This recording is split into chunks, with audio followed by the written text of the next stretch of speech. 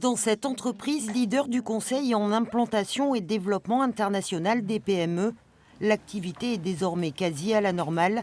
Ici, pourtant, tous les salariés ont été contraints à rester chez eux au début de la crise sanitaire. Au moment de la crise, dès le printemps 2020, il y a eu le choc, comme tout le monde.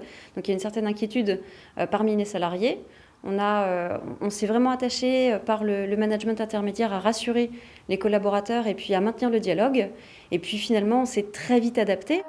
Si le télétravail a bouleversé l'organisation au quotidien, il a aussi séduit les 20 collaborateurs du site.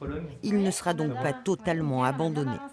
Ça a accéléré beaucoup de choses. On fait beaucoup de travail, nous, distanciel, parce qu'on a des bureaux dans le monde entier. Donc on communique beaucoup avec nos équipes déjà sur tout ce qui est support digital.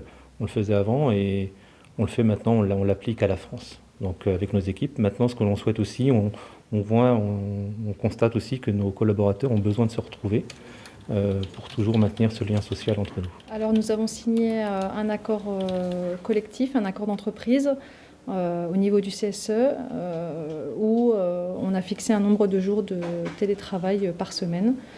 On a fait un petit questionnaire à chaque collaborateur et en moyenne, les collaborateurs souhaitaient entre 1 et 2 jours de télétravail par semaine, pas plus. Côté fonction publique, le télétravail sera limité à 3 jours par semaine, résultat d'un accord cadre signé mi-juillet par 9 organisations syndicales, les employeurs et le gouvernement.